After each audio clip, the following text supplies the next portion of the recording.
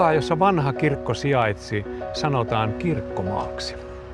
Ja nyt me tätä kirkkomaata kunnostetaan. Tehdään se huolellisesti ja se on sitten paikka tulevia sukupolvia varten.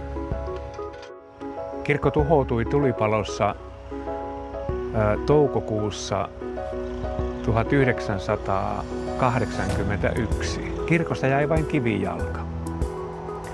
Tämä kirkkomaa on vuosien myötä päässyt kasvamaan vähän umpeen. Ja nyt me tätä kunnostetaan.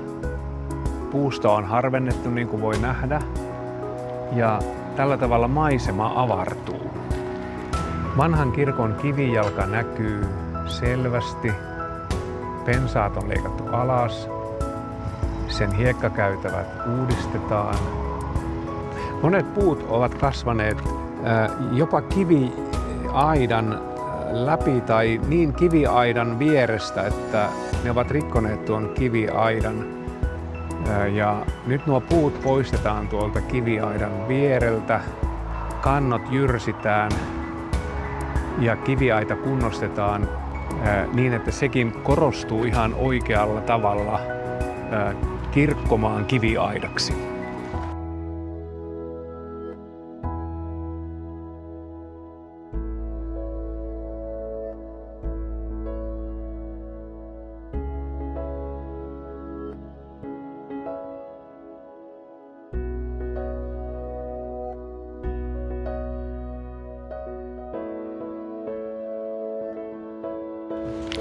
Sankarihautausmaalla on muistopaasi, muistomerkki. Se on talvi- ja jatkosodan muistomerkki. Ja tämän muistomerkin jalusta on vuosikymmenten saatossa haurastunut ja nyt on sitten tullut aika avata tuo jalusta ja kunnostaa se arvoiseensa kuntoon.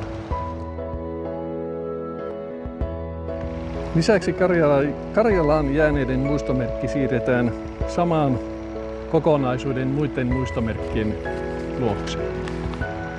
Suurin piirtein tuonne, missä Malmo seisoo.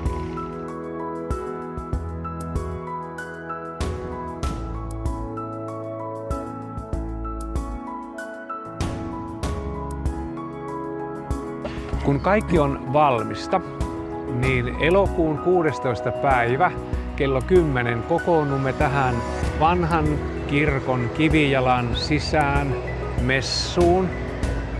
Sen jälkeen kunniakäynti sankarihaudoilla ja kunniakäynnin jälkeen on sitten kirkonkeitto, kirkkolounas tuossa Tapulin suojassa.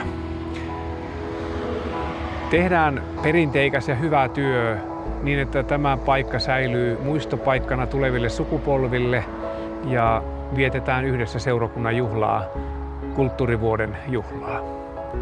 Tervetuloa!